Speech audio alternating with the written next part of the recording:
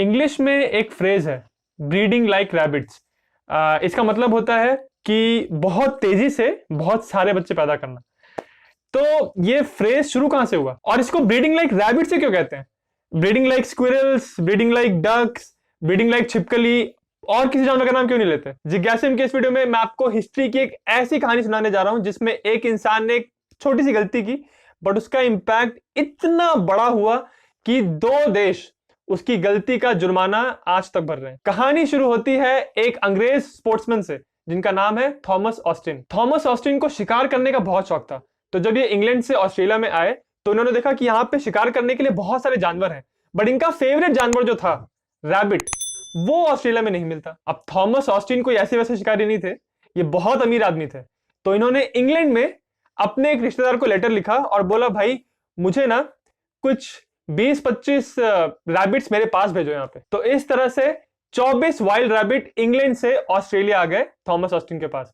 Austin ने क्या किया, उन रैबिट्स को अपनी बड़ी सी जो प्रॉपर्टी थी, उनके पास बड़ा एस्टेट था, उस पे उसको उन रैबिट्स को छोड़ दिया। इस तरह से थॉमस ऑस्टिन और उनके आसपास के जितने भी लोग थे वो बहुत खुश हुए, क्योंकि अब उनको हंट करने के लिए रैबिट्स मिलते थे।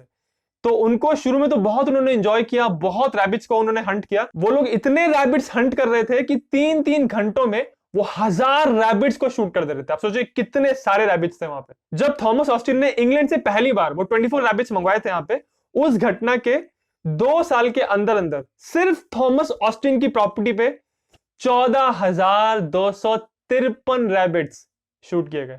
ये कितना बड़ा नंबर है आप सोच सकते हैं, 14,000 रैबिट्स। थॉमस खुद तो हंटिंग करते ही थे, वो बहुत फेमस भी थे अपने एरिया में, तो उनके पास दूर दूर से लोग भी आते थे उनके एस्टेट पे रहने के लिए और रैबिट्स को ऐसे हंट करने के लिए। तो इस तरह से उस पूरे इलाके में रैबिट हंटिंग का जो एक्टिविटी है वो एकदम फेमस होने लग गई। बट फिर वहां पे लोगों ने एक छोटी सी बात नोटिस की।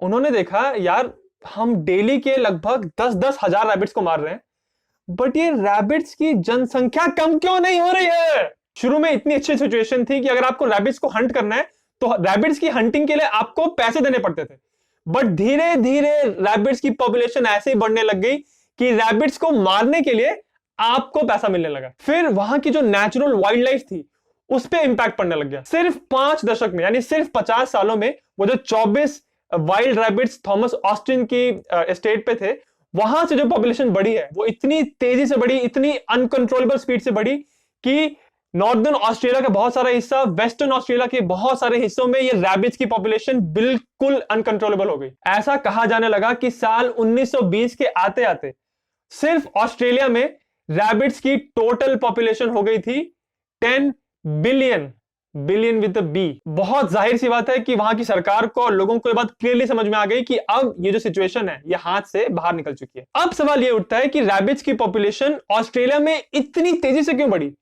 वो रैबिट्स यूरोप से मंगवाए गए थे और यूरोप में भी ऐसी पॉपुलेशन नहीं थी, तो ऑस्ट्रेलिया में ऐसा क्या था कि इतनी स्पीड से रैबिट्स बढ़ने लग गए? उसका सबसे बड़ा रीजन है क्लाइमेट। देखिए, ये जो रैबिट्स थे ये यूरोप के नेटिव थे। यूरोप में क्लाइमेट ऐसा होता है कि रैबिट्स की जो रिप्रोडक्शन होता है, जो ब्रीडिंग होती है, वो नॉर्मली सिर्फ गर्मी के मौसम में और स्प्रिंग के मौसम में होती है, और बाकी ठंडी के मौसम में रैबिट्स की ग्रोथ नहीं होती।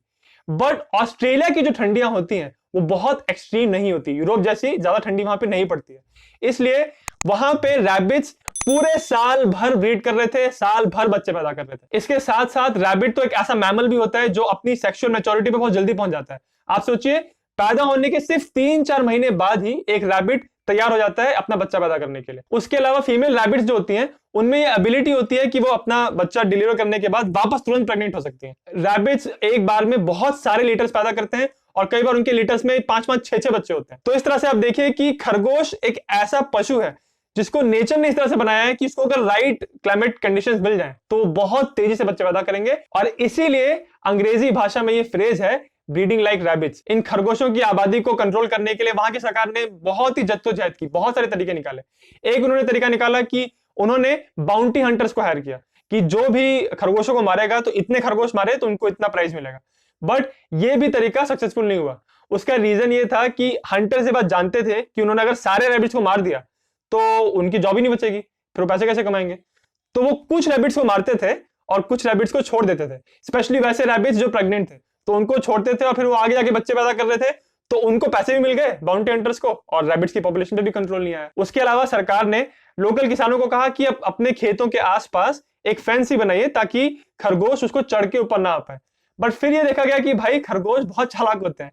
खरगोश क्या करते हैं कि अगर वो अपनी हाइट से डायरेक्टली जंप मार के वहां नहीं जा सकते तो उन्होंने एक नया तरीका निकाला। एक खरगोश के ऊपर दूसरा खरगोश, तीसरा खरगोश, ऐसे वो सब बिल्डिंग ही बना के फिर कूद के चले जाते हैं। उस समय ऑस्ट्रेलिया में इस पूरी प्रॉब्लम को लेके लोकल्स एक बहुत मजाक करते थे। वो ये कहते थे कि सरकार जो तरीके अपना रही है इन रैबिट्स की पॉपुलेशन को कंट्रोल करने के लिए, वो ऐसा ही है कि आप एक फावड़े या कुदाल को लेके एक बड़ी सुनामी की लहर को रोकने की कोशिश कर रहे हो। देखिए, ऑस्ट्रेलिया में खरगोश नेटिव स्पीशीज नहीं है, यानी वहां पे खरगोश नहीं होते। खरगोशों को ऑस्ट्रेलिया में यूरोप से लाया गया था और थॉमस ऑस्टिन के पहले भी ऑस्ट्रेलिया में खरगोशों को बट आज 150 साल से ज्यादा हो चुके हैं और अभी भी ऑस्ट्रेलिया खरगोशों के उत्पात से बच नहीं पाई है।